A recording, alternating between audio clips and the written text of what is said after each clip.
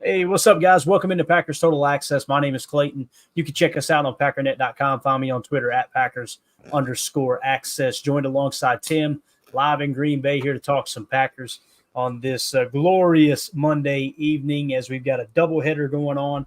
Monday Night Football. We got the Titans and the Dolphins and a couple other teams that I can't think of right now because the announcers are too busy showing their faces. But, Tim, how you doing tonight, pal? Doing good, man. Doing good. Happy to be here. Talk a little ball. Not a victory Monday, but we're here as always. It is cool though, man, because it seemed like the longer the day went, or the more the day passed by, I should say.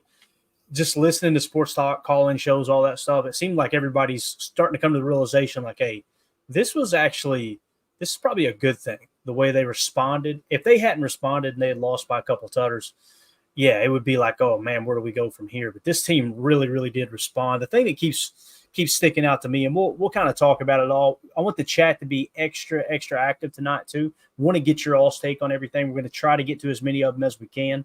We're also going to break down the PFF grades and team statistics, things like that. But the big thing, Tim, that stood out to me was multiple people throughout the day kept talking about Jaden Reed and how he got the whole stadium energized when he caught that touchdown pass, sprinting across the field, like getting everybody fired up. That's the big thing I took away. Like, this dude, we got us a dog for the next 10 years. I think he's going to be a great asset to this team, and we're going to dive into that as well. But first things first, let's give a shout-out to the good folks over at Ticket King, the official ticket provider of Packer Fan Total Access Live, Wisconsin-based since 92, specializing in Packers tickets. They're Wisconsin's largest ticket source with offices next to Lambeau and in Milwaukee. Just click on the link in the video description. That'll send you over to their website, theticketking.com, where you can register for free as a customer and go ahead and start shopping for your Packers tickets. Again, that's Ticket King, the official ticket provider of Packer Fan Total Access Live. So, Tim, after you slept on it over the night, what do you think? What do you think about the game now, man? Did you wake up feeling any different?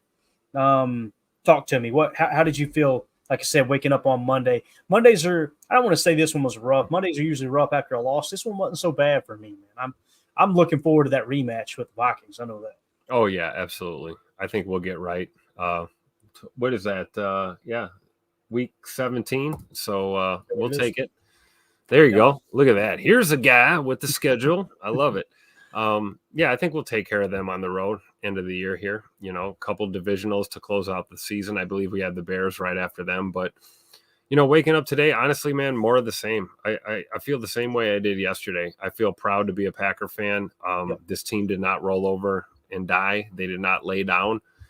They found a way to keep themselves in the game, and you could actually see Minnesota kind of shift from coast mode to, oh crap, we have to play. This team is not laying down, and lo and behold, we lose the game by 2 points. And people want to talk about the onside kick all they want. Onside kick is irrelevant in football.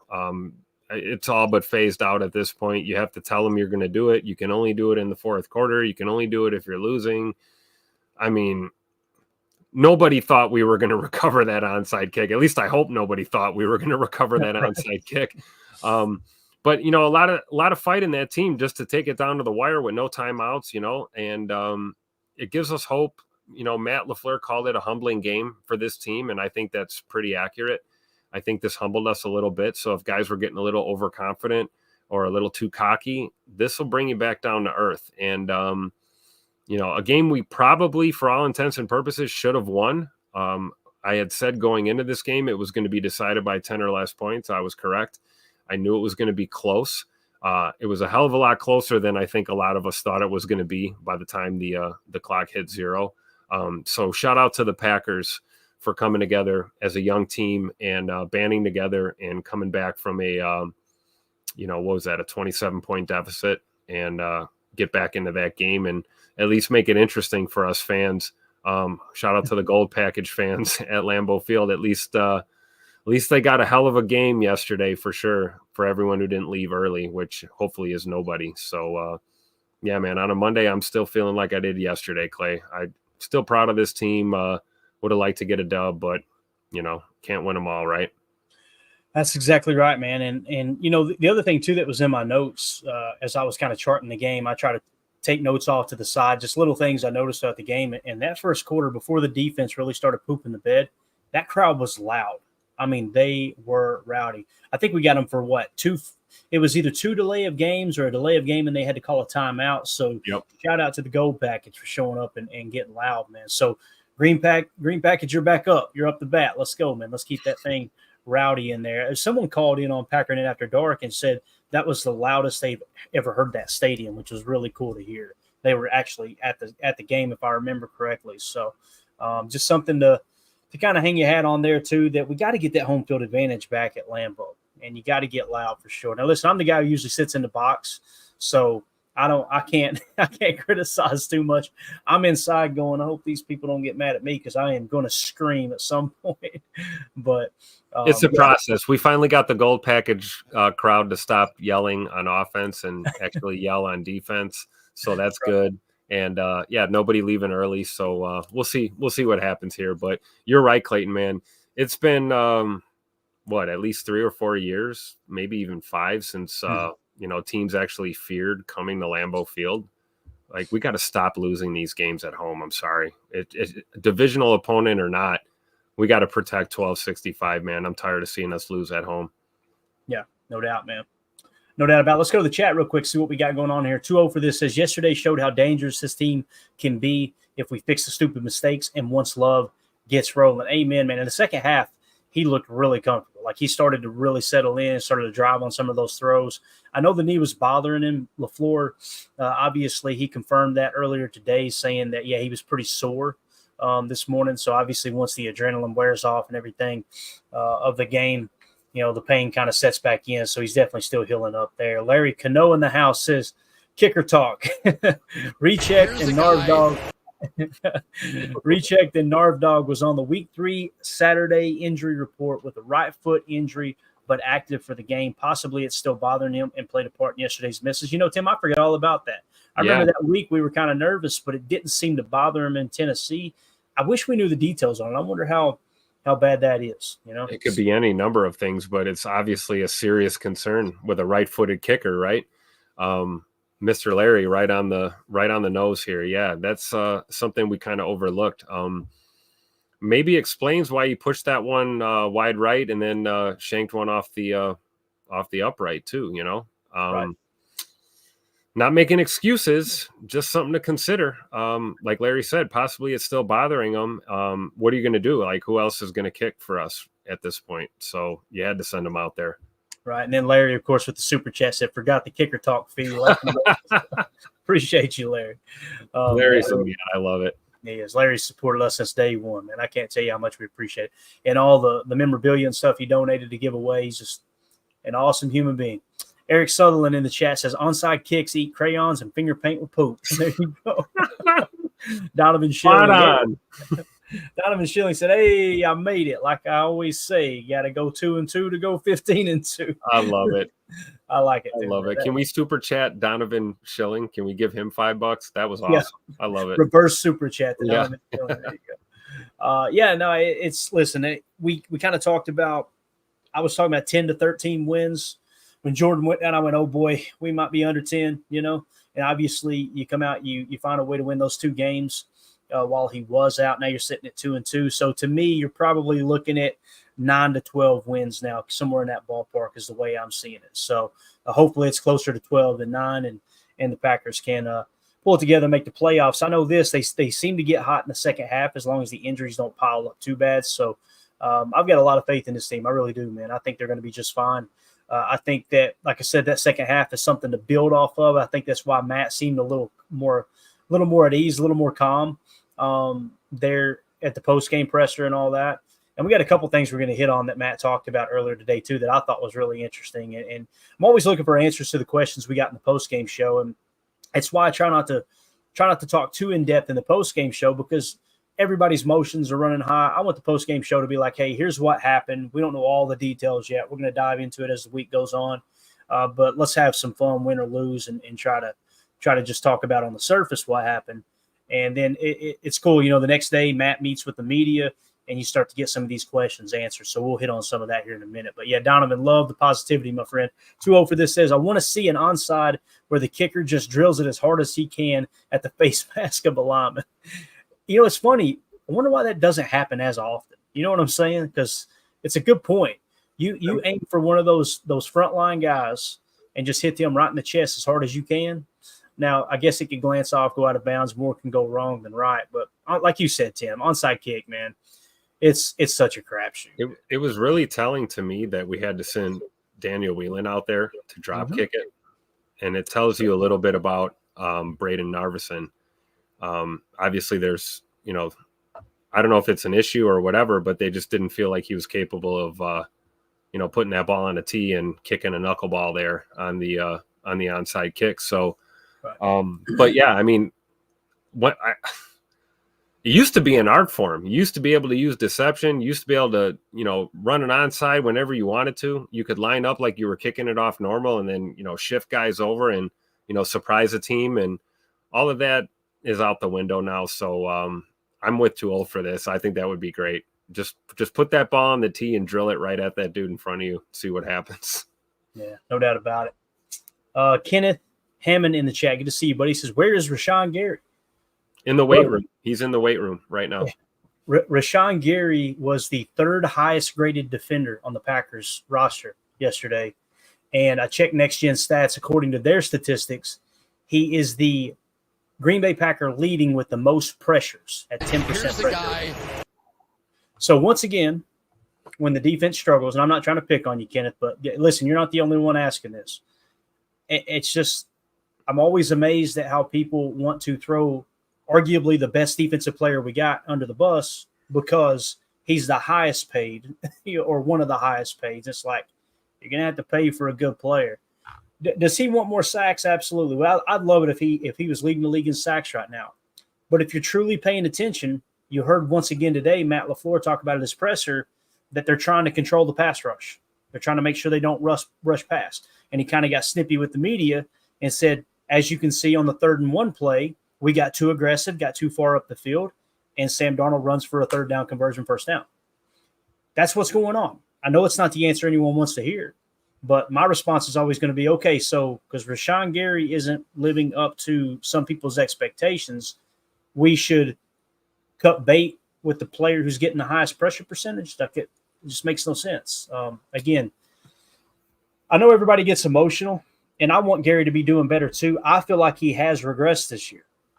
With that being said, again, we look up and now he's the 3rd highest graded player on the defense yesterday, with the top one being Xavier McKinney, 91.2, Evan Williams, only 11 snaps. That doesn't meet their minimum qualification. I put it on there because I think it was noteworthy because they ended up kicking Javon Bullard to the slot. And Evan Williams graded out at 80.9, 11 snaps, and then Rashawn Gary at a 70.2. Game plan is different every week. Here's the other thing, too, that kind of bothered me today, Tim, and maybe I can just vent a little bit. And you tell me if I'm wrong. Seriously, if you think, no, Clayton, you're off base there, say it. And people in the chat say it, too. Going into last week, the complaint was we're just not getting enough pressures, right? We're the defense. Where's the pass rush? Where's the pass rush? You go into Tennessee and you get 8 freaking sacks. 8 sacks, and everybody after that game's going, woo, what about this pass rush, baby? Let's go. And then yesterday, you don't get much of a pass rush going. It's this pass rush sucks. I'm going, what are we doing? Which one is it? Do they suck? Are they good? Or maybe is it that each week the scheme kind of gets shifted around? Like in Tennessee, they turn the dogs loose because you got a big lead. You know the other team's looking to pass now. So you can pin your ears back and go. So I think a lot of it's situational football is kind of how I see it. How do you see that, Tim? What do you think about the pass rush? It could definitely be better. There's no two ways about that. But well, again, it's a week-to-week thing, like you said. I mean, we looked absolutely lights out in Tennessee, right? Well, you put a different game plan together for the Vikings. The Vikings are not the Titans. It's 2 different teams. We can disagree on that game plan. I personally disagree with the game plan. I wasn't a big fan of the single high man. We saw some cover 2 man. We saw a lot of just, I don't know, getting lit up for 3 touchdowns in the first quarter type of stuff. But yeah, it's a week to week league, right? You have a new opponent every week. You're not gonna play the, we as fans sometimes get sucked into this, this misnomer of, our defense is our defense and this is how we play defense. Right. And it's like, no, this is how we play this Sunday, and next week we'll play a little bit different, and we'll switch up personnel. And switch up our scheme a little bit. Sometimes we'll go man heavy. Sometimes we're zone heavy. Sometimes we're blitz heavy. Obviously, it made sense to be blitz heavy against the Tennessee Titans. I don't know about what you guys saw, but the few pressures that we got, Sam Darnold looked like Michael Vick out there. So I don't think it was necessarily a scheme approach as a whole, other than that each week you have a different game plan. The one criticism I have of from a defensive point of view is I felt like Coach Half just he wasn't willing to adjust quick enough. I think by the time he adjusted, it was too late. And so that would be my only knock on his game plan for sure, is that he didn't adjust quick enough.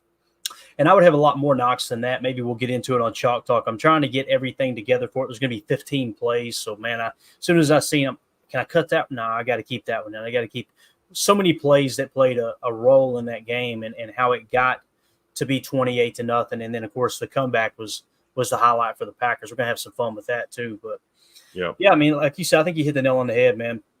Every week's a different opponent. You got to approach it different. You really do. Coach Lynn in the chat said, did anyone notice Nixon playing on the perimeter? That got bullied in the slot and Evan Williams on the field. I did notice that, Coach. I'm not sure why they went that route. Now, obviously, you're missing your top two corners, and I didn't consider Carrington Valentine over the depth chart of Eric Stokes, but like I heard people pointing out today, I think on Wildy and Tausch, they were talking about it, that game that he got hurt in where he kind of replaced Stokes and got more snaps. He was on while he was healthy, he was getting more snaps than Eric Stokes in that game. So it seems like they may have shifted to Carrington Valentine needs to be the number two corner. So with that being said, you lose your top corner, you lose your number two corner.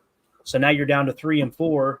I think that might be why Keyshawn got put on the outside once Valentine got burned there on the go route. I think it was actually a double move, which Matt LaFleur kind of scolded the media today. They were saying it was Keyshawn that got burned out there, and it was actually Valentine. He's like, you mean Valentine? You mean on the right side, the double move? Well, we noticed Keyshawn getting roasted on the perimeter by Justin Jefferson for a tutter. We saw that.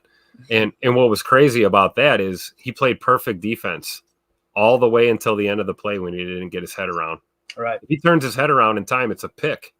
It's a pick for a touchback, and Jair picks that ball, doesn't he? Yeah, all day. All day. So, and hey, it is what it is. How often have, like Coach Len is saying, like how often have we seen Keyshawn on the boundary, like playing out in that space? So, all things considered, I think he did about as good as you could expect a guy to do in that situation on arguably one of the best receivers in the National Football League. So, to answer Coach Len's question, yeah, I noticed Keyshawn playing on the perimeter, and it didn't look great. Didn't look terrible, but it didn't look great either. I think it was kind of a testament that, hey, look, let's get Bull in the slot. Yep. Let's get Keyshawn on the outside. He's our more experienced corner. Let's see if he can slow these guys down.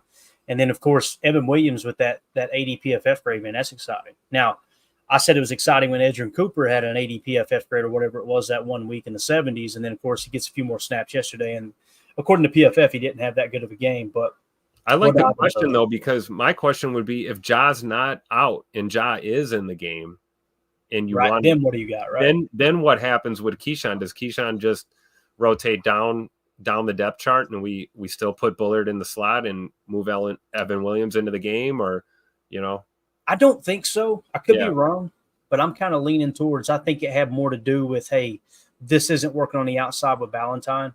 Let's kick Key out there and bring Bull in the slot type thing. But I could be wrong there. Should have just grabbed my boy Robert Rochelle and put him out there on the boundary. My boy. Sam Darnold, let's see here.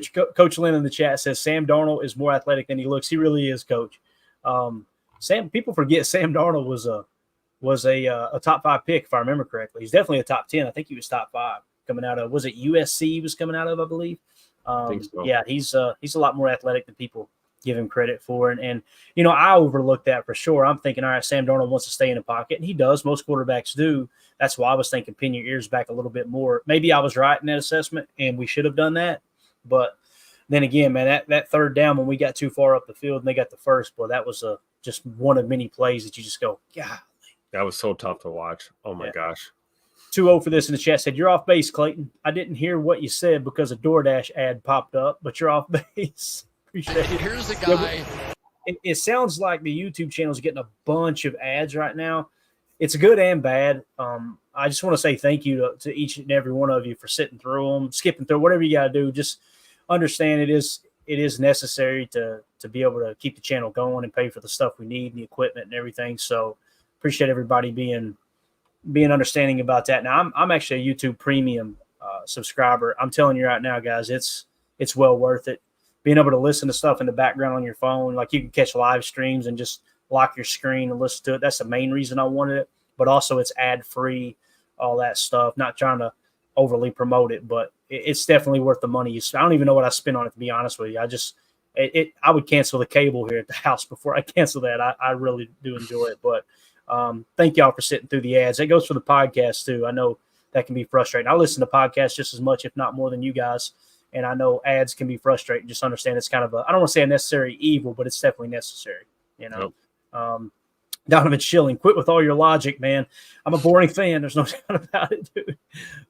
Jordan, let's see, AFAM in the chat said, Jordan Love looks like he didn't have his head on a swivel. He was locking in too much. I can see that. Yep. To me, Tim, it looked like it was, the way Jordan's play style is, it's drop back, read 1, 2. You know what? I can catch the second window there. Let me roll right here type thing and extend the play. And yesterday, it just didn't seem like he was comfortable enough in the first half to do that. And you've seen him started to drop back, step up, slide right in the second half. That's where he hit Jaden Reed for those 2 big plays. But I think that had a lot to do with it. It was just him not trusting that knee there in the first half. But hopefully that gets better. What do you think, man? I agree, man. I was way off base because I had said going into the game with utmost confidence that it would take a series or 2 for Jordan to kind of, get his wheels moving and get back in the groove. And it took basically an entire first half into the third quarter for that to really start happening. So AFAM's totally right. He was not comfortable out there. Our O-line didn't do us too many favors there in the first half either, dealing with that Minnesota defense, giving Jordan any kind of time whatsoever. And then, getting away from the run or never really establishing the run, that didn't help us very much in the first half either. So everything that could have gone wrong went wrong as far as Jordan was concerned. And then you could see it. He was trying to play hero ball. Let's be real. He was trying to play hero ball. He threw a hospital ball to Scoot, and Scoot's going to be going to IR probably at some point. And that's not putting that on Jordan. Hey, it's football. We all know what's going on out there. Anyone can be hurt anytime. And Christian Watson laid it all out trying to make a play on that ball. To bail out his quarterback there and bail out his team in a boat race at that point. So big salute to Christian Watson for laying it all on the line for the team. But I agree with AFAM, man. Jordan did not look comfortable in that first half at all. But, he locked in a good way in that second half, and we started to see that J Money type of play that we have been accustomed to going back to last season. So I think it's a matter of time before Jordan Love is back 100% for sure. Yeah, and that hospital ball, Matt kind of elaborated on that a little bit earlier today. Coach LaFleur did, and what he said was, if you'll notice the route combination, and we're definitely going to hit on it in Chalk Talk, Musgrave was vert, and then you had Scoot underneath him with the I think it was either the dig or the out. And what Matt LaFleur said was they read Tampa too, and typically in that Tampa, when you run that vert route, the guy flips his hips and goes with the vert, so he wasn't expecting both those guys to be there. And Harrison Smith, being the great veteran safety he is, just ignored the vert, broke on the ball. He'd been watching film too. I'm eager to go back and see the all-22 again on that play to see if maybe Musgrave was the better read, because he did drop the coverage, he being Harrison Smith, but Matt definitely responded to that too. So it was a hospital ball, no doubt about it. Shout out to United Bates, super chat. Appreciate you, buddy. He said, I was going to give $10, but the Pro Shop got the best of me. Go Pack. The Pro Shop is undefeated against us Packer fans, man. There's no doubt about it. Yeah. And thank you for the pictures yesterday, Bates, of the stadium and everything, man. That was absolutely awesome. You are the man, bub. Let's see. Ron Samble, could be scheme, but Darnold sure had a lot of time to stand and pick the secondary apart. Ron, he had all day to pick it apart. And Coach Lynn I'm going to kind of echo Coach Lynn's point here too. There was a couple snaps I seen, Tim, where both interior defensive linemen were just kind of playing patty cake. And it was Carl Brooks and Kenny Clark. And I'm like, this doesn't make sense how they're rushing right now. And maybe Kenny hit the wall. I don't know. I hope that's not the case. But there was a couple reps I watched. And I'm like, where is like, come on, dude. Coach Lynn says should be asking where Clark is instead of Rashawn Gary. He said it earlier tonight here. I don't want to pile on, but man, I keep saying, man, I don't understand, but I do understand it. We talked about it going into the offseason. Like, I wouldn't extend him. I'd let him test the market. And then lo and behold, we get through training camp and Goody extends him. I go, what the hell do I know? I'm an idiot. They just gave him the book. But man, I don't know, dude. Definitely, you got to get pressure. We always talk about it, edge defender and 3-tech. And the reason those are so important in tandem together is because it's hard to double team both of those. You go wide knob one side, 3-tech on the other, and you'll notice in the tape, if anybody will go watch the tape on NFL Pro, watch the box cams, you'll see Gary getting chipped all day long.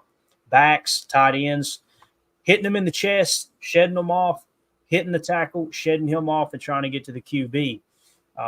It's just, again, going into last week, fifth most defensive player in the entire NFL in chip rate at 20%. So that's why you don't hear me panicking about Gary.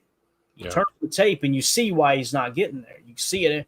He'll get his one-on-one matchups every now and again, and you'll see him push that pocket. He'll get, take the edge like that LVN sack in Tennessee. The only reason that LVN sack LVN took himself out of the play. Luckily, Gary pushed the tackle back into Will Levis, who had to step up, slide right. LVN looks up and like, oh, look here, here's a pork chop. Let's go ahead and snatch that up. We might need to do a little deep dive on some Kenny Clark film then these last couple of weeks and just kind of figure out what Coach Lynn is saying here, because it's a great question. We should be asking what's going on. You talked about Rashawn. We've identified why maybe Rashawn, quote unquote, is struggling this year. I see him doing extra work out there. And like you just said, he's getting chipped a lot, getting double teamed a lot, and fighting through and still affecting these plays. Maybe we should look at Kenny and see what's going on. It doesn't seem like his reps are down, right? I mean, even with, the surgence of, Devontae Wyatt over the past few weeks, TJ Slayton, a couple other guys, Carl Brooks comes to mind, but Kenny's still getting reps. I mean, do you think it's a technique thing or alignment thing, or? I felt like he got a lot of reps yesterday. We need to look at the snap count, but in Tennessee, he only got 30-some snaps. But keep in mind, they kept going to that NASCAR package because they were leading, right? When you're losing or it's a close game, you can't go to those NASCAR packages because the other team's still running the ball on you, right? That's what the point I was trying to make with Tennessee is, like, you get up to an early lead, and now you can throw in your NASCAR package and really get after the QB. You didn't see much of that yesterday. At least on the surface, I didn't feel like you did. So maybe that's the answer to the question there too. But I got to agree with Coach Lynn. If you're asking me who's the problem, Rashawn Gary, Kenny Clark, it's definitely Kenny. And it sucks because you're not going to find a better dude. We know one of the reasons why they extended him is because he's a locker room leader and all those things that you want. You just lost Aaron Jones, who was arguably your team leader, right? The guy. The last thing you want to do is lose another guy that's kind of that dude that holds the locker room together. But at the end of the day, man, you got to perform on the field, no doubt. 2-0 for this says Christian only has 3 guys guarding him. He's wide open. Eric Sutherland.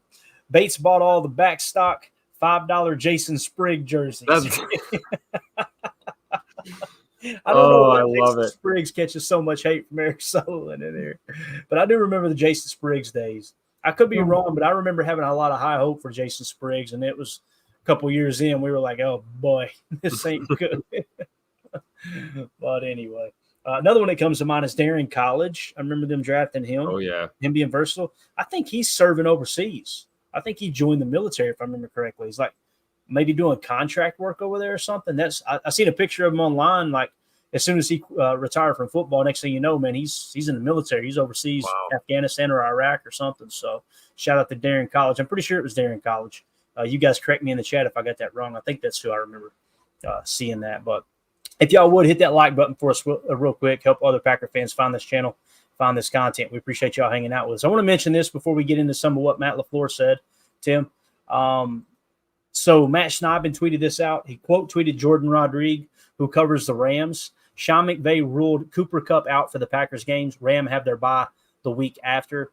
And Matt Schneidman pointed out that also there's no Cooper Kupp, but also Puka Nacua is still on the IR. So the Rams, who just got beat by the Bears, obviously they're missing their 2 top receivers. You better not overlook them, because if anybody can put a game plan together, it's Sean McVay.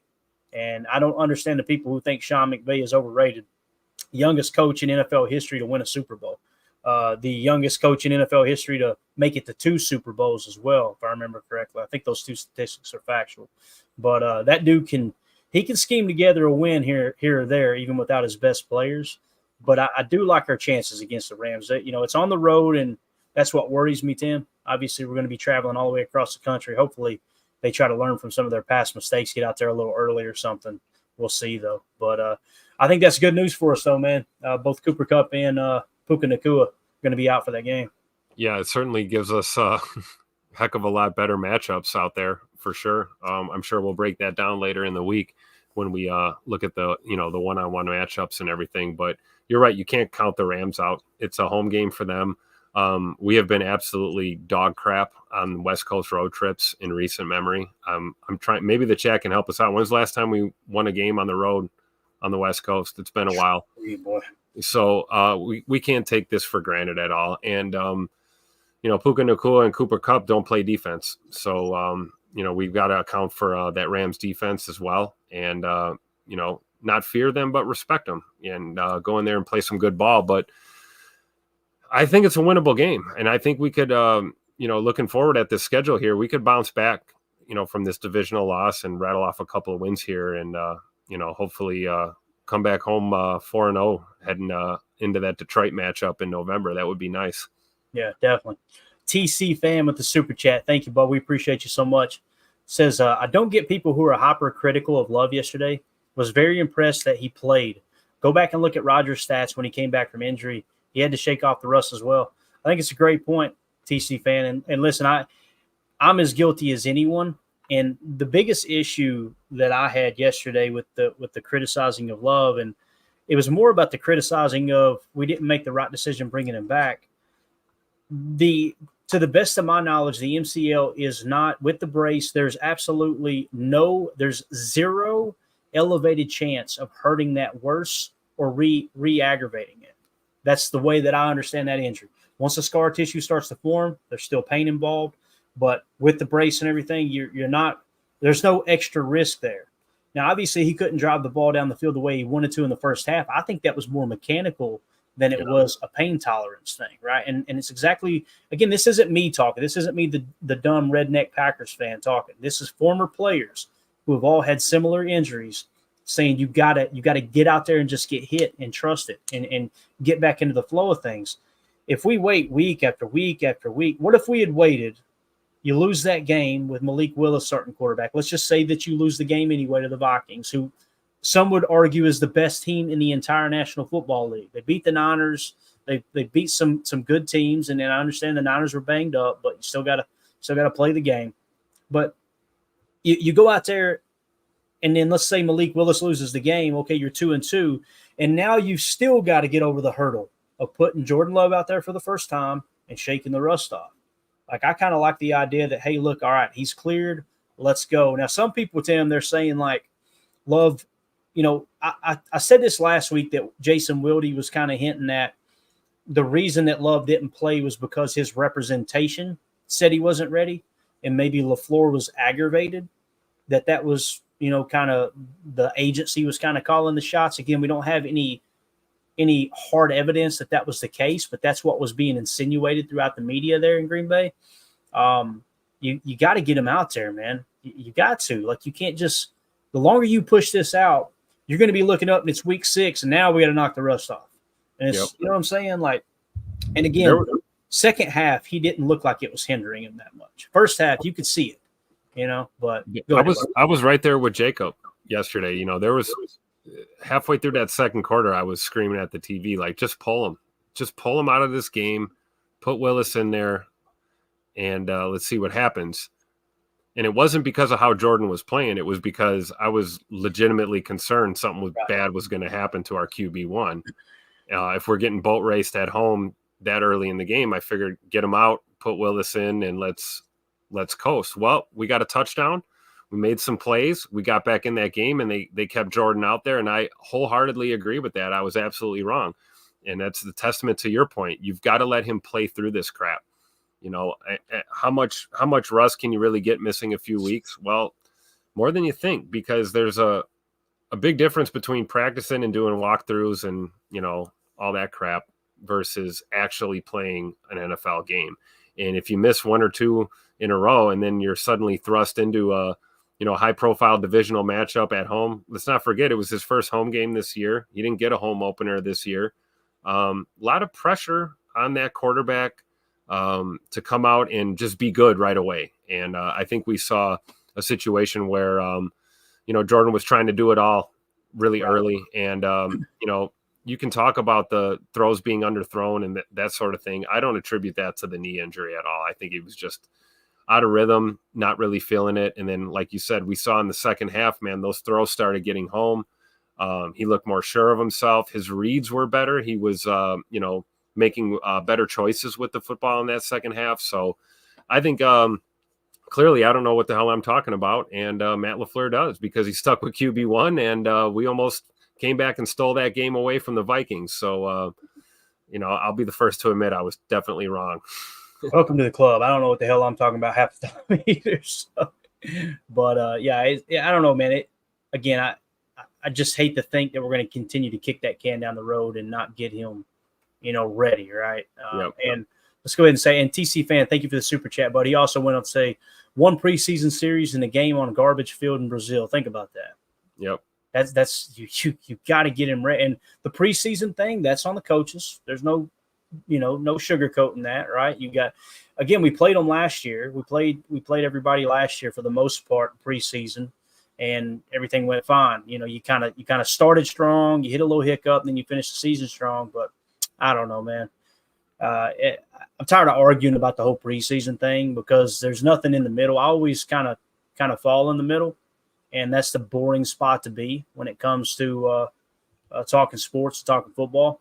But it seems like people are either on the side of the preseason doesn't matter or the other side of, the preseason, it definitely matters. And it's the reason you're getting off to a slow start. But Daryl in the chat says, Jair wasn't playing Sunday. It probably would have been different if he was playing. I think it would have. And that's another great point, too, that I heard people talking about earlier today is the game plan that was probably put in place to him was – it was probably geared around having Jair play man coverage on Justin Jefferson. So think about this. You spend the entire week putting this game plan in. You've installed the game plan. Then it's my understanding he hurt his groin on Thursday, and now he's not going to play. So you can't just change the whole game plan that late in the week, right? And to your point, you get into the game, you start getting boat race, and you waited a little too long to adjust and start playing some of that match, start playing some of that zone. And change it up a bit. And again, man, they played excellent in the second half. Now, I know that I'm sure Minnesota changed up their approach, but, again, it still counts. So I think it would have been different. Don't you, man, if Jai was out there? I do. I think so, for sure. Or Valentine's, right? Yeah, really. It would have been nice to see CV out there as well. But you're right. You can't scrap a whole game plan on Thursday. You can't even do it on, Wednesday or Tuesday, really. Right. You're doing install all week long, and you gotta, we talk about it all the time, next man up. So if Ja goes down, somebody's got to step up and they got to fill that role. That's how a coach is looking at it. They're looking at it as a role and a game plan. Who can we insert in here to take over this role? And, honestly, to Eric Stokes' credit, I thought he played relatively well yesterday out there, considering there was no Jair out there. But yeah, I think this game would have been a lot different if we had John Money out there. I certainly think he would have at least got a PBU on that Justin Jefferson touchdown. Yeah, definitely. Crystal Dye in the chat says he didn't play phenomenal, but look, it took J-Love one quarter to put up almost as many points as they did in all three quarters. I'm glad the Vikings are hitting their hot streak now because it won't last. She went on to say, I'd rather us start getting hot later in the year to make the playoff push. It's a great point, Crystal. And that's kind of been the Vikings' MO, the fraud talk that we talked about several years ago, right? But I do think they're a good football team. And I understand what you're saying. I think it's best to peak a little later in the year for sure. Coach Lynn says we still have a chance to go 6-2 if we take care of business the next 4 weeks. Very winnable games in this next stretch. Amen. And coach is a coach. That's why we call him Coach Lynn. He looks at things, obviously in quarters when it comes to the NFL season. You want to go 3-1 in quarter one, and then 3-1 in the next. You want to win every game. Don't get me wrong, but it's kind of like if you can kind of control everything, 3-1, 3-1, 3-1, 3-1. You got that bonus game now. Even if you lose that, you get 12 wins. You're sitting pretty nice at the end of the year, type thing. We can't continue to drop divisional games though. That's going to shoot us in the foot when it comes to playoff seeding. Yeah, we've got we got the Vikings, we got Detroit. I mean, hell, we got the same record as the Bears, right? The Bears are 2-2 right now. Yep. So I mean, the NFC North is going to be hyper competitive. How many of those teams do you think are going to make, one of those 7 seeds in the NFC playoff picture? So, divisional matchups, those definitely come into play when it comes down to it towards the end of the year. Yeah, I agree, man. Completely agree. Let's see here. All right. Lord have mercy, Chuck Norris. Oh, Love looked horrible. Cannot blame the defense. They gave up 28 points in the first half. Chuck, what are we talking about? Charles is off the rocker this season. Wow. APM said it best. Here's the guy.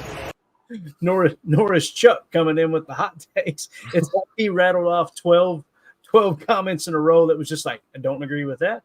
I don't agree with that. I don't agree with that. Anyway, it's amazing how when you win, wins aren't a quarterback stat. When you lose and you don't like the quarterback, it's a quarterback stat. So I don't. Too old for this clearing it up. I do not think this is the real Chuck Norris. Thank goodness. Oh man, that's good stuff. With that being said, that's the end of hour 1. For those of you listening on the pod, we'll see you on the Eric Sutherland. Chuck is hammered. We'll see you on the other side for hour 2. We appreciate y'all. Oh man, I love what we do. God, I love it. This is the most fun I've had watching football in so long, dude. Oh, it's great. Let's switch gears, Tim. Let's hear from Matt LaFleur here. I put this tweet together. I want to get your all's take on it. Again, everybody was talking about the Luke Musgrave play where he tipped the ball, and you heard Jordan say at the presser, I was throwing to Dobbs, right? And I want you to hear Matt and what he was talking, how he answered this question, I should say. And what I put in the tweet was, here's the all 22 and the box cam and next-gen GPS tracking, along with Packers head coach Matt LaFleur explaining the interception that got tipped by Musgrave. As always, not a popular answer, but multiple factors. 1, there was a free runner at Jordan Love. 2, bad spacing by Dobbs. And 3, bad distribution. So let's see what Coach had to say here real quick. On the interception that Jordan said he was throwing to Romeo, is Luke just in the wrong spot there? No. So it looked like they're right in the same line. What was supposed to happen differently on that play? Well, it's a classic high-low. And what happened, we're calling it for a different coverage. And Harrison Smith was inside out of Rome. Really, we want that Rome's route to be straight vertical so that he can wrap Luke. And he got widened. He went outside of Harrison Smith. And so that when he did widen, they were in the same window. So it's bad distribution. That's not what we want. So Luke is thinking at that time the ball's coming for him. Yeah, he's in a tough spot. Like he thinks it's a high ball to him. Again, bad distribution. And and in Jordan's defense, he has a free runner running right at his face. That shouldn't be there. I mean, we should be picked up in protection. We're not in scat protection. So we got to make sure that we step up, we make that block, and then I think he can make a better decision and hopefully just drop it down. Because if the spacing is a little off, like just take the gimme. Tim, he said something there. I just now caught it. He said, we're not in scat protection. Yep. So for those of you who are wondering, scat protection is just 5-man protection. It means no backs, no tight ends. He said we were not in scat protection. All right. Now look at this. Their block. Yeah. Now check it out. If you're not in scat protection and Musgrave's in his right spot, okay, then that means Josh Jacobs was supposed to pass block. That's the way I'm taking that. Either Josh Jacobs or Tucker Kraft. So the fact that he said Jordan had a free runner, he's what he's telling you is, without throwing someone under the bus, you shouldn't have had a free runner, right? If it had been on Jordan to recognize 51, sometimes you come to the line of scrimmage and you identify the mock. Like in this case, they get a 5-man front, right? They're showing their 34 jam look. Yep. You come to the line of scrimmage, you go, all right, 97 is the mock or 44 is the mock. You're setting the protection.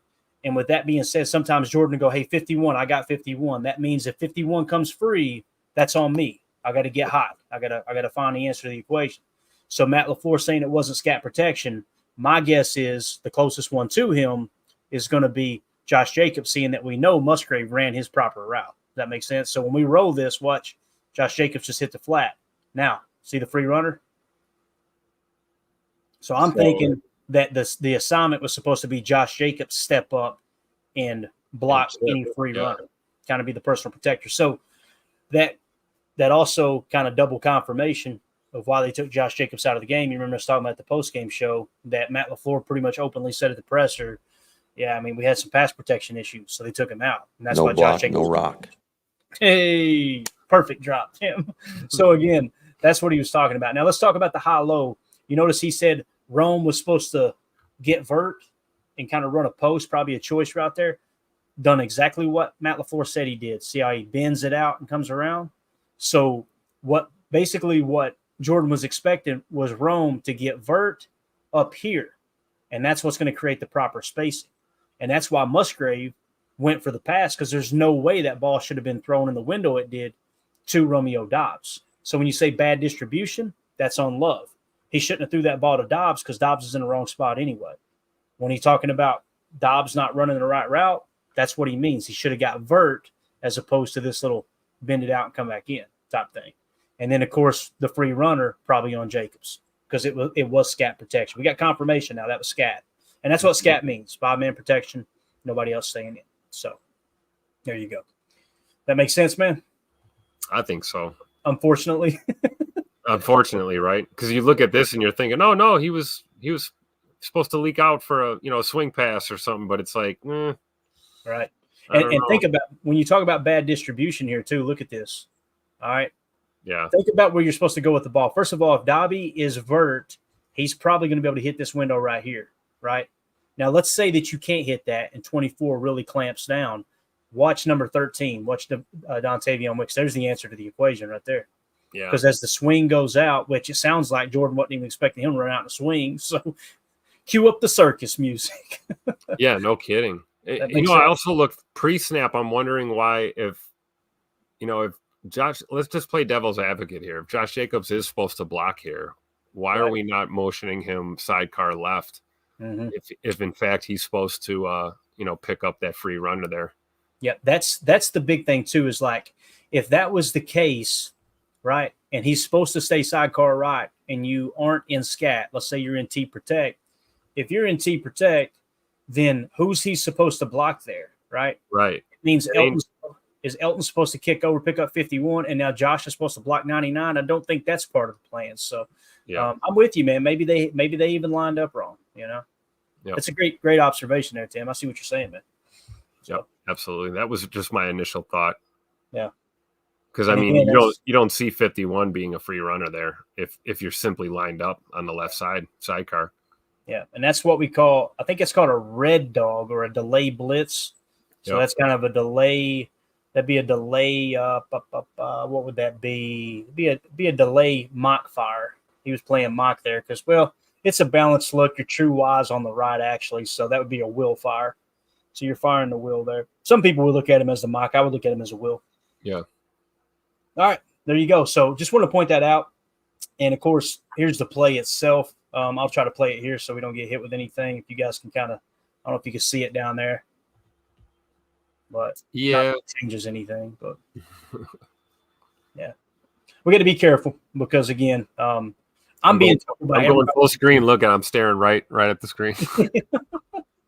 I'm being told by other YouTubers you can use the all-22, and then lo and behold, we get hit with a copyright yesterday. So it's like, okay, I guess we can't. I don't know, but it is what it is. So anyway, I thought that was cool. Anytime coach takes a second to kind of break things down, help us understand a little bit different level. And again, I thought I completely understood it. And then sure enough, we watch it here and I hear him say scat. I'm like, oh, totally missed that earlier today, so it's easy to do.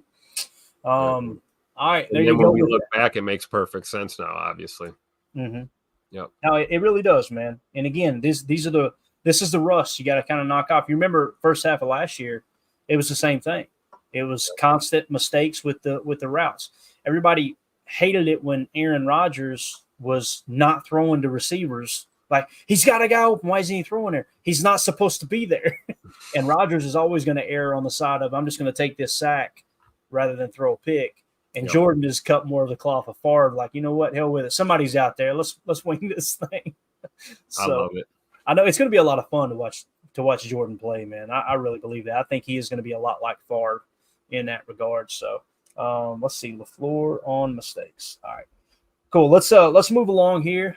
We're doing good on time, man. We've covered a lot so far. If you guys would hit that like button for us, we appreciate y'all hanging out with us. Thank y'all for making us a part of your Monday evening as Detroit jumped up early on Seattle, Tim, 14-0. Seattle, one of the other undefeated teams in the league, at least as of right now. Let's hope they can mount a comeback here. But let's get into that would be our luck, right? We lose and the Bears win and the Lions are winning. Oh, right. Gosh. It's a long season, though, man. Long season. Yep. Let's get into some PFF. You want to? Is that cool with you? Yes. All right, cool. I'm going to do most of this from the screen grabs that I grabbed earlier, but I do have access to the site. If there's something else you want to see, you just let me know, bub.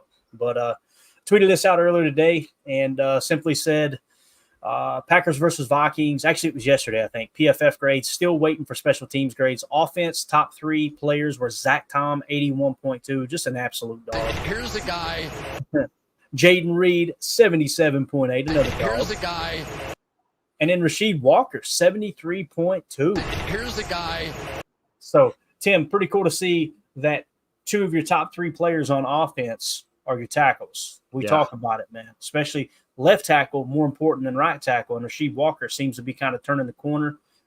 That's a good thing. We all know how great he is at pass blocking. It's obvious to get that high of an overall offensive grade.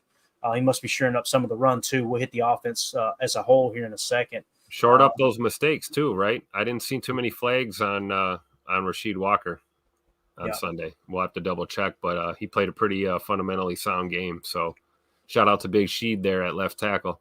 Yeah, definitely. On defense, the top 3 performers. Xavier McKinney, 91.2. Here's the guy. We got Evan Williams, 80.9. Here's the guy. Yeah, that's only 11 snaps, but still, we might see more Evan Williams.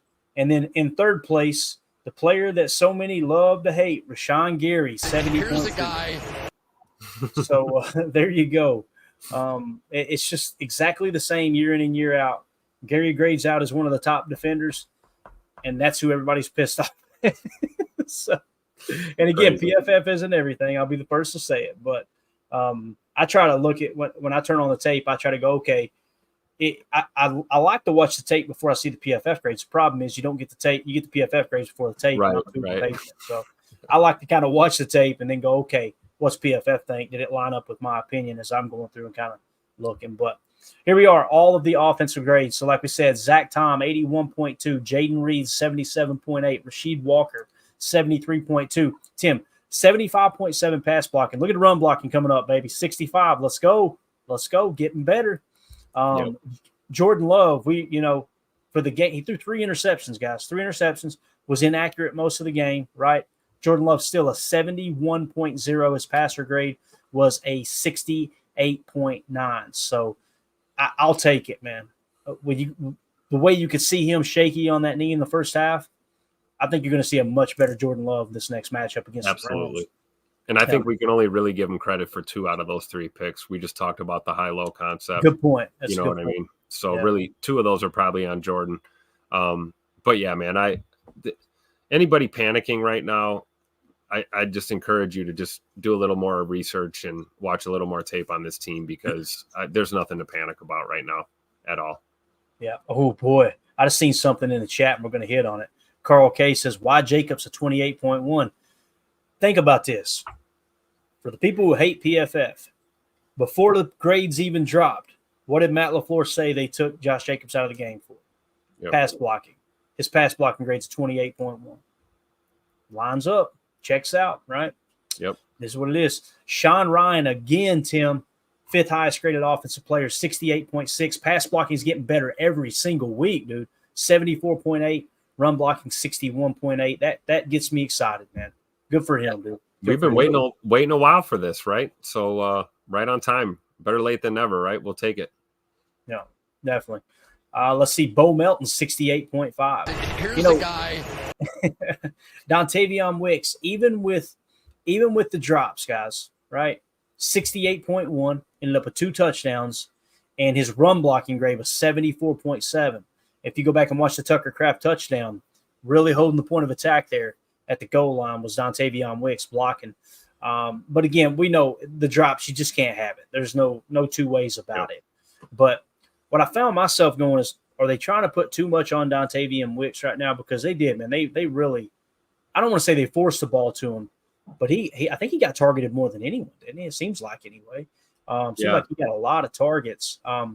Maybe you sprinkle in a little more Bo Melton. I'll tell you this: if Christian Watson, we know he's going to miss, according to Matt LaFleur, at least 1 or 2 weeks. He may go on IR, like Tim was talking about. We should know in a couple of days. The closest thing to Christian Watson that you have at the receiver position is Bo Melton, right? Bo Melton's actually faster than Christian Watson. So maybe you see Bo Melton sprinkled in there a little bit more just to kind of, like I said, stretch the field, that type of thing. That makes sense? It does. And we've seen Bo utilized a lot of different ways this year, but a lot of it, we've seen him in that orbit motion or that zipper motion we've talked about. And I'd be interested to see him maybe line up in the slot or split out wide and see what we can do with him, especially if Scoot's not going to play.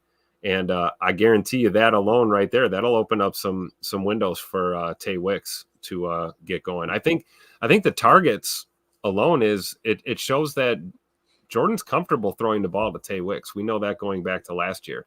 Right. He's comfortable spreading the ball around in general to these receivers. But I think guys like Rome and Tay Wicks and Jaden Reed are kind of like security blankets for Jordan. And it was not a shocker to me that he was leaning towards those guys as he was trying to get into a rhythm yesterday. So, I think if Scoot's not going to play, I would expect Bo Melton to be a big factor in this game in more ways than one as we go forward. Yeah, definitely. Greg Ross says, Clayton, can you show that play again? What happens if Love passes to Jacobs in the flat? I've already closed it out, Greg, but the problem is, as Matt LaFleur pointed out, it was scat protection. He wasn't supposed to be in the flat, so Jordan didn't know to look at the flat, right? Yep. So that's, again, one of the reasons why Matt LaFleur was pissed off at Josh Jacobs during that game. So he confirmed it was scat. There's no way the Y was part of scat. It was supposed to be the T blocking there. It's supposed to be Josh Jacobs pass blocking. So it never crossed Jordan's mind Josh Jacobs going to be in the flat. It did cross his mind that he's supposed to help him pass pro. Oh, crap. I'm getting hit. That's what legitimately happened, though. So, but I did already close it out, but sorry about that. Let's see. Josh Jacobs overall grade 62.7. Let's see, in the passing game, 71.3. That's basically him, playing receiver, catching the football. Pass blocking, 28.1, man. And running grade was 64.3. Run blocking, 60 is probably just a minimum, maybe one snap or something on a scramble or something like that. Emmanuel Wilson, 62.5. Pass blocking grade, 77.8. I don't know if I've seen a player improve as much grade-wise to him in pass blocking at the running back position. That dude went from that's the reason he can't get on the field to he might be our best pass blocking back now. And that explains why Matt tried to get him in the game more. I was pissed off as anybody at the end of the game, but looking at the grades now, watching that play that was supposed to be scat was not supposed to be scat, makes sense. It really does. And, it makes sense. I mean, Emmanuel Wilson's got another year in the system over Josh Jacobs as well. So the expectations and knowledge of the offense are definitely there. But I think Josh Jacobs is probably, maybe that frustration that we saw on the sidelines is he's just, they're still solidifying his actual roles in these game plans. I don't think we brought Josh Jacobs here to block in pass pro all day, every day. Obviously we want him to carry the ball and, catch the ball out of the backfield, those kind of things. But hey, at the end of the day, like Coach says, no block, no rock. You got to be willing to do it all. And, to see Emmanuel Wilson step up like this, that's you hit it on the head. That's exactly why he's seeing the field more. He's willing to do the dirty work, in pass pro, and then get out there and run the ball. And you got to be able to do all those things. You got to be well-rounded in order to be in this Matt LaFleur offense. And I don't think this is anything major, any cause for concern. I'm sure this will be ironed out before we hit the road and head to LA to play the Rams. I'm sure this will all be shored up, and everything will be all well and good in that backfield when it comes to those two. But yeah, I don't know. It was tricky to see. Josh Jacobs, I don't want to say an off game, but clearly there was a disconnect there, and maybe it was just frustration in the moment, Yeah, definitely.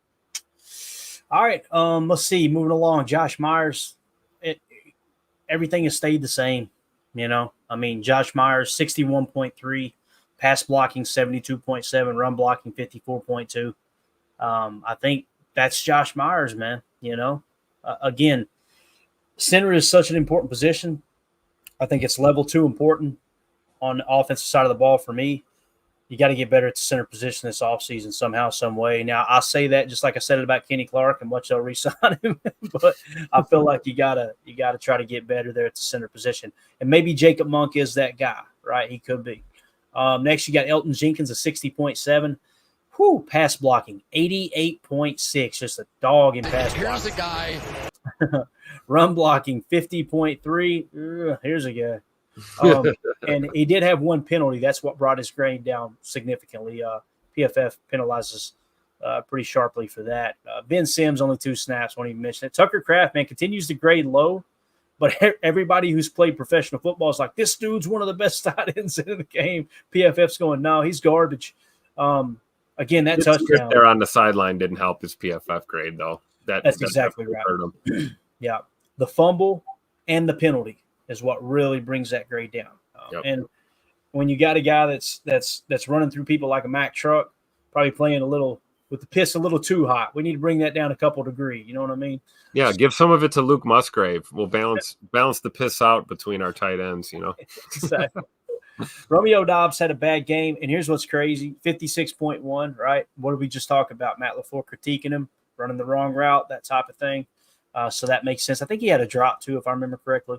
But Malik Heath, 57.4. Like I said, Romeo Doubs, 56.1. Luke Musgrave, 51.5. Pass blocking, 32.7. Run blocking, 54.6. It's just it sucks, but it looks like Musgrave is just not going to transition to the NFL. Hopefully he pulls it together, but so far, not so good. Christian Watson, only 9 snaps, of course, 46.3, but only 9 snaps there. Can't really put too much stock into that. If he had a 90 grade on 9 snaps, I'd say it's 9 snaps. We can't put too much into it, right? Yep. Same as we just did with the defensive side and what we had mentioned about, obviously, our boy Evan Williams. So, all right, Tim, anything else you want to hit on the offense before we shift to defense here, man? No, Malik Heath, man. I think he's going to be a factor here if Christian Watson's not in the lineup too. We talked about Bo Melton, but I think about my boy Malik, man. He's a dog, dude. And a lot of the stuff that Scoop brought to the table, we talk about, run blocking and, blocking downfield and doing the dirty work. Malik Heath is no stranger to that. And he will make a clutch grab for you in a heartbeat. So I wouldn't be surprised if we saw more Malik, in the next coming weeks here. Yeah, definitely. Coach Lynn in the chat says Sean Ryan's playing well at right guard. Can't move him now. Amen, man. If he settles in at that right guard position and it all clicks. And I love the way LaFleur talked about Sean Ryan too earlier in the year, saying this dude's accountable. Like he said one thing about Sean is when you critique him, when you correct him, he takes it to heart. I think that's huge. I really do, man. All right, moving on to defense. Xavier McKinney, man, what a signing by Brian Gutekunst. Listen, Brian Gutekunst deserves criticism for the kicker position. There's no two ways about it. In my opinion, he deserves criticism for letting Aaron Jones go for $3 million. He could have gave $3 million more and kept Aaron Jones here, and we're not even worried about the pass protection at running back, right? And you can use Josh Jacobs and Aaron Jones in tandem together. Obviously, Aaron Jones in Minnesota yesterday, I think he had 20-some carries, if I remember correctly. Josh Jacobs had 9. So I'm going to critique Goody when he needs to be critiqued. There's no two ways about it. The Kenny Clark signing, talked about it all off season. He signs him. It seems to be a bad signing at this point, right? But one thing's for sure, man, that Xavier McKinney signing, he knew what he wanted. He went and got arguably the best free agent. Xavier McKinney leading the league in interceptions right now. 91.2 grade in this game, 90 coverage grade, tackle grade of 82. Tim, there's nothing this dude can't do, man. Yep. I mean, I don't understand the Goody slander. I really don't. I never will. Feel good about this squad. Xavier McKinney, man, I look, hindsight's 2020, like they say, right? I freaked out when we traded Rasul. I was like, what are we doing? We traded Rasul for, $2 and some footballs or whatever it was. I did too. Yeah. And now I'm looking at the secondary and I'm like, oh, okay. So we're playing chess, not checkers. Goody was playing the long game. Had to free up some, roster space, had to free up some cap.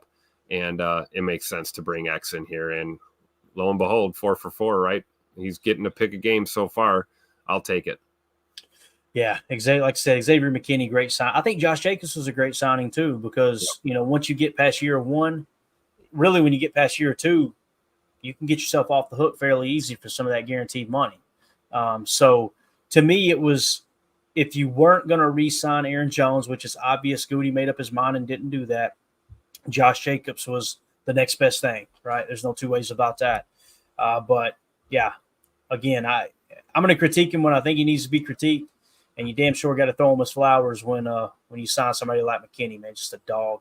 Evan Williams, one of his draft picks, again, only 11 snaps, 80.9. Like to see him get in the lineup a little bit more. You guys know he was crushed in training camp. What do you have, 5 picks in training camp?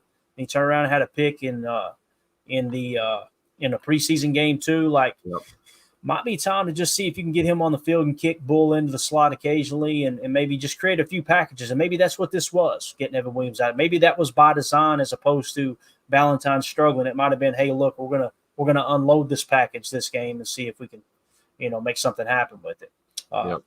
Rashawn Gary, 70.2. Run defense grade, 75.6. You guys remember in the postgame show, somebody said, where was Rashawn Gary tonight? That's the thing I pointed out was I noticed him in the run game. And again, pass rush, PFF's got him at a 55.4. Matt LaFleur came out once again and was pretty vocal about how they limited their pass rush because they didn't want to rush past the passer. I don't mean to keep harping on it, but they got too aggressive on the Sam Darnold third down scramble, and there you go. I guarantee everybody was pissed off they got upfield. Right. Nobody on that play was going, get after the quarterback. They were probably going, crap, we ran right by him. Yeah, Rashawn isn't the only one with a low pass rush grade either on this defense. So yeah, look at this bounce back game by Quay Walker, Tim. 66.2. His run defense grade still struggling, 54. Tackle grade 57.9. Pass rush 63.7. He did have a sack. That coverage grade back up to 71.5. So this is the guy. a nice little bounce back there, man. And again, I know I've been as critical on Quay as anyone, and it wasn't a perfect game, but that might be kind of a step in the right direction. I think they said Mike Waugh had mentioned that he felt like he's played well here of lately. So Isaiah McDuffie, 65.4, not bad. 72.7 coverage grade there, right? Got a lot of stuff you can get better at. Kenny Clark, believe it or not, had a little bit of a bounce back game, 64.6. Run defense grade, 69.2. That pass rush, though, again, 53.2. When you see all the pass rushers, your best pass rushers on your team, struggling with PFF grades, it does make you think, all right, there is something to that Matt LaFleur comment. LVN 63.7, not bad. Got to continue to build off of it. 72.4 tackle grade, 66.8 pass rush grade. Carl Brooks 62.2, 72.6 run defense grade. Horrible tackle grade at a 28.4. Got to get that cleaned up. Keyshawn Nixon, if it hadn't been for that 93.8 pass rush grade, Tim, that strip sack from the Cat Blitz, he's probably grading out in the 50s, but coverage grade 52.7. You talked about it, man. That's kind of what you're seeing for Key there. Yep, for sure. I don't know. I'm on the fence when it comes to putting him on the boundary. I know we were kind of strapped for personnel as far as corners were concerned, and that's probably why. And also, it also doesn't matter where you line up a lot of times. I mean, sometimes you get dragged out that way anyway in coverage. But I do. I can't believe I'm saying it. I like Keyshawn more in that slot than I do on the boundary, for sure. Yeah, I agree. I definitely agree there. And maybe they were just trying to get a spark, moving some stuff around. Who knows? Yep. But TJ Slayton, 60.1, Javon Bullard, 59.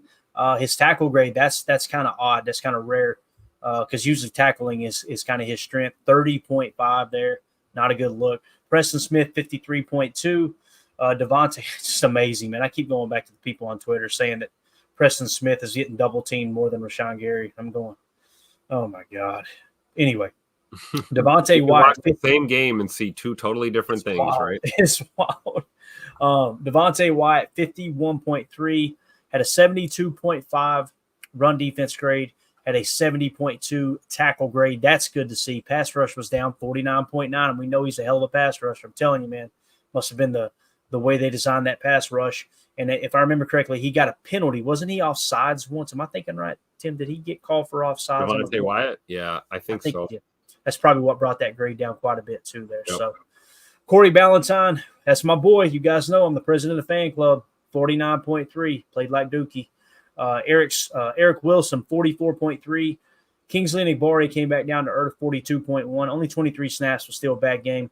Eric Stokes, 33.8, and then Edrin Cooper, 28.9. He did get more snaps at a 21. I'd love to know what brung his grade down so much. Did he? Oh, face mask. Remember the face mask penalty? That hurt. That probably hurt. Yeah, because that was that face mask. I think that was like a 17-yard gain or something, and he got the face mask on top of it, so it ends up being like 30 yards play. Right, and that's the thing about these officials, because when I saw what I saw on that play, maybe we can break it down when we go through the tape for Chalk Talk, but I saw illegal hands to the face. I don't know if I saw a full-on grab and twist and 15-yard personal foul type of deal. So, yeah, I struggle with that stuff, man. And what I always have to, just to keep it real with myself, I have to default to, what does the rule say? The rule says if you grab the face mask, touch the face mask, it's a face mask. Yards, yeah. I'm not saying I agree with the rule, but if that's the rule, you got to call it. It sucks, but you got to call it. You really do. All right, so there are your defensive PFF grades. I didn't have the special teams yet. I could go grab them. I'm not really too concerned about it. I wanted to hit on this real quick, though, Tim. So overall as a team, these are your grades overall, team grades, PFF, per week. Week 1 against Philly, 60.3. Week 2 against Indianapolis, 68.3. Week 3 against the Titans, 71.2. Week 4 against the Vikings, 67.2. So you took a slight step back from week 3, but overall, again, the defense is what was so bad. It really was, 58 overall. On offense, they were 71.1. So pass blocking, you could see the emphasis there, playing well there. Yeah. But yeah, so I think, again, the way the game ended, you only lost by 2 points. You were down 28-0. I think you created some momentum in the second half. I think that's going to carry over into the next game. These guys are going to be pissed off this week, and Matt LaFleur is going to work them. There's no doubt about it. Yeah, absolutely. And they got a tough road trip here. They got to go out to LA. I've already said it before. We don't do so hot on West Coast road trips in recent memory, but I think the Packers are going to be locked in for this one. It's a get right game, as they would say. Go win one on the road and get off on the right foot here. You can see the correlation with just looking at these grades here, PFF wise. Look at the 2 losses and look at the numbers. They're pretty close and within range. You don't want to be slipping on your run defense and your tackle grades and your pass rush. There's no doubt that it's going to cost you games, and it has so far twice this year. So, and the Rams are not the Vikings, and the Rams are not the Titans either. So this is a new matchup, like we talked about earlier. There's no one way to play defense in the NFL. You got to put together your best game plan, and I hope Coach Half and the boys have a better plan going into LA than they did, for this Vikings game, because we cannot afford to get behind the 8 ball to start a football game. You're right. The fact that we came back, we can talk about how positive that was. I think it's great we didn't lay down. I've said that. But, dude, you cannot go down 3-4 scores right off the bat in a football game and expect to compete. By some miracle, we did. We pulled it together, and we we cut into that lead yesterday, but that's an anomaly. That's not going to happen very often if you give up 3 tutters to start a football game. So hopefully they shore things up going into LA. Yeah, let's shift gears here real quick. We got a few minutes left, and let's see where the defense is ranking across the league. And I want to just take a glimpse back to last year with Joe Barry's defense to kind of see, because we're a quarter of the way through the season now. Let's see how it stacks up. So Green Bay currently in points per play is 18th in the league at 0.365. All right, if we go back to 2023, the Packers finished 12th. So we've dropped 6 spots through the first quarter of the season so far in points per play. Now let's get a little more specific here, and let's go with total defense, yards per play. Last year, yards per play, where are we at? Green Bay was 22nd at 5.6 yards per play. All right, I'm sorry, that's this year, 22nd.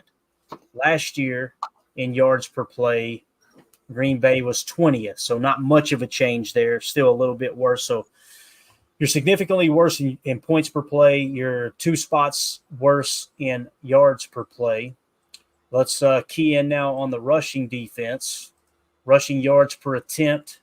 Last year under Joe Barry, we were 12th in the league in yards per attempt at 4.3. All right. I'm sorry, that's this year. Gosh, I hate how it resets. Last year, you were significantly worse at 25th, 4.5 yards per attempt. So the running game has technically got better this year. Scoring's gotten a little worse. Overall yardage has gotten worse. And then when you look at the pass defense, yards per pass attempt, last year, the Green Bay Packers defense in yards per pass attempt was 18th at 6.7. All right, 18th at 6.7. And then this year, they are 23rd at 7.1. And again, keep in mind, they could turn it around. They could improve more than they were last year. But as it sits right now, the only thing that's gotten better a quarter of the way through the season, a little less than a quarter of the way through the season, is your running defense, yards per rush attempt. Other than that, everything's gotten worse. So hopefully they can turn it around. We knew there's going to be a transition. It's going to take a little time for everybody to get a grab of this new defense, and hopefully they can kind of, like I said, kind of turn it around. Does anything surprise you there, Tim, as far as the defense goes? Again, I'll go back to scoring defense here. Yeah, that the run defense has improved. There you go. Great. We'll take it. Right? It's a good surprise. The one thing that we bitched and complained about forever was the run defense. So it's nice to see that trending upward. But if it's going to be at the demise of everything else, then I say let's get our stuff together here on defense. But again, we have to be patient. It's a first year system with Hafley, and we all want them to go 17-0. I understand that, but it's just not the way things work. So we're going to have bumps in the road. And clearly yesterday was not a great defensive performance, but hey, there's room to work and room to improve, and a lot of football game left. So yeah, give them a break. You got to give it time, but again, I'm going to judge things in quarters. And it doesn't surprise me. We were talking about we're going to play more man coverage. We talked about it all off season. When you play more man coverage, you're going to give up more explosives, right? And when you give up more explosives, you're going to give up more points. That's just a reality. Explosive play, you get an explosive player, give up an explosive play on a drive, it triples your chances of scoring on that drive. You're seeing it translate here this year. When you play that pre-snap shell, you're deterring the offense from taking shot plays, at least from a pre-snap management standpoint, and going, okay, here's where our shot is type thing. You seen it yesterday, the touchdown on Corey Ballantyne, right? If you're showing shell coverage there, he's not coming out looking to fire that. I know everybody hated last year how it was, but these long drives are what's killing the team. I know they're holding them to a field goal, but it's tiring the defense out, this and that. You can see a significant change in points per play. Again, I hope they turn it around, but it explains why the run defense was worse last year, because you got Yep. those 50s up high, and it's hard to meet your run fits. Although Matt LaFleur pointed out Pittsburgh had no problem against us playing too high shell and meeting their run fits last year. So it's all important. It's all important information. So hopefully they can turn it around. I like Halfley. I think he's a great defensive mind. The issue I have is, and many people have talked about in the chat both tonight and yesterday too. I think someone we had marked it, but we didn't get to it. It was like, at what point do we start critiquing Goody for taking these like crazy mega athletes over, solid football players? That's definitely a critique we've had on this show. All of us have talked about it from time to time.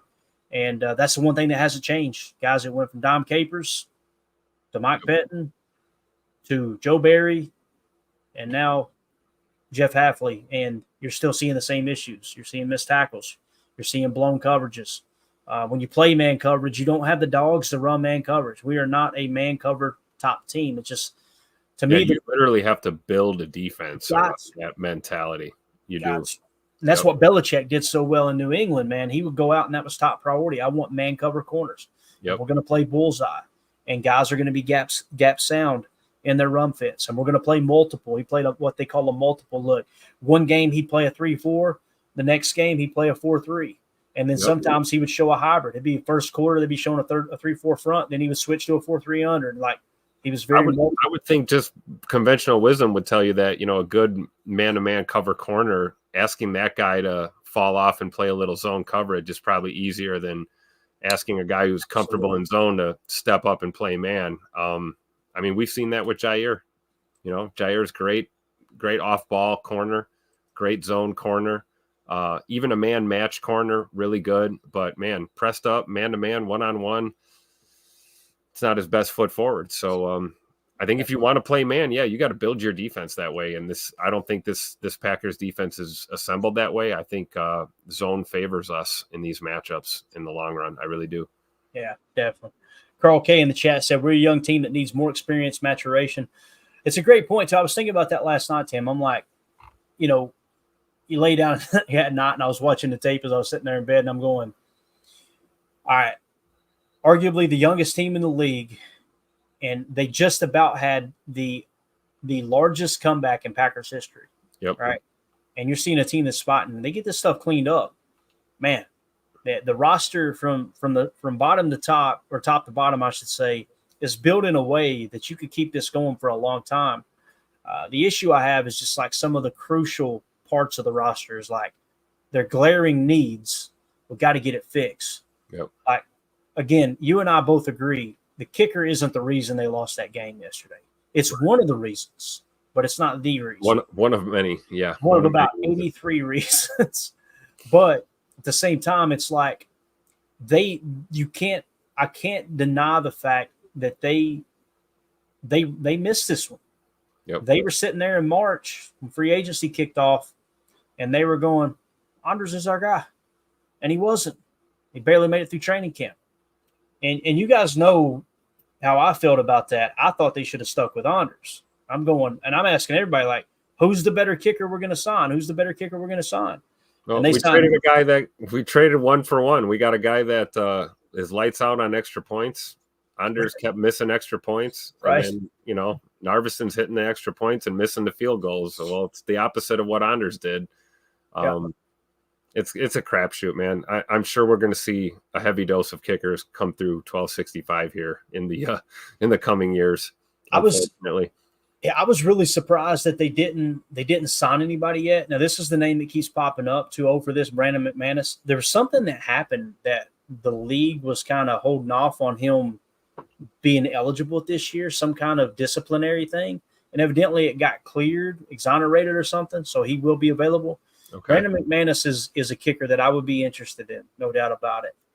He's a veteran. I think he's got a big leg, too, if I remember correctly. He's one of those power kickers. So, you gotta get it fixed. So I can't think of a Super Bowl team that's won a championship and had I don't want to say bad kicker, but even a below average kicker. You know what I mean? Like like Kansas City, Bucker, right? Like you think of the Patriot days. Who'd you have? Vinatieri. Think of the Colts, the Vinatieri. Like, you know what I'm saying? Like the great teams, even the great Packer teams, who were the kickers, right? And Longwell, right? Yep. Chris Think of- Jackie. Yep. Mason Crosby. Mason Crosby. Yep. So it sucks, man. But who knows, man? Maybe they can pull that aspect together. But when you miss 2 kicks like that, it is tough. There's no doubt about it. I understand everybody's frustration there. So with that being said, though, that's it. Tim, you got anything else, man? Anything else you want to hit on? No, definitely don't want to talk kicker anymore, for sure. Didn't get a super chat, so we're not talking kicker. Please, God, no one super chat that. We're done talking kicker. Greg Rice said Mr. Hustle died Saturday. Yeah, we got to say something about that, right? I know it's not a baseball podcast, but we got to talk about it, right? Rest in peace to Mr. Pete Rose. Yeah. Who should be in the Baseball Hall of Fame unequivocally. Put the man in Cooperstown. Should have did it while he was still with us. Yeah, I agree. Charlie Hustle, man, he's a guy that I kind of mimicked my game after when I was playing ball growing up, from a sense of like just playing intense, playing hard. He's one of the only guys on our high school team that I looked for a reason to go head first into a bag. And when I did it, I tried to do the old belly flop like Pete. Pete played the game the right way. And I know he got obviously banned from baseball for gambling, but like Tim said, the reality is he bet on his own team and they look to make an example out of him. It's just a damn shame that some of these, I feel the same way about the NFL Hall of Fame. Like you got it.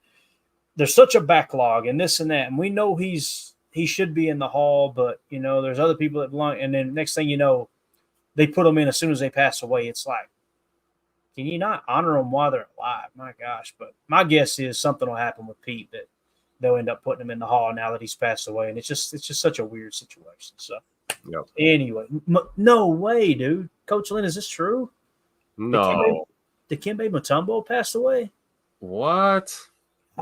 Man, J. Cole said it too. Oh my goodness.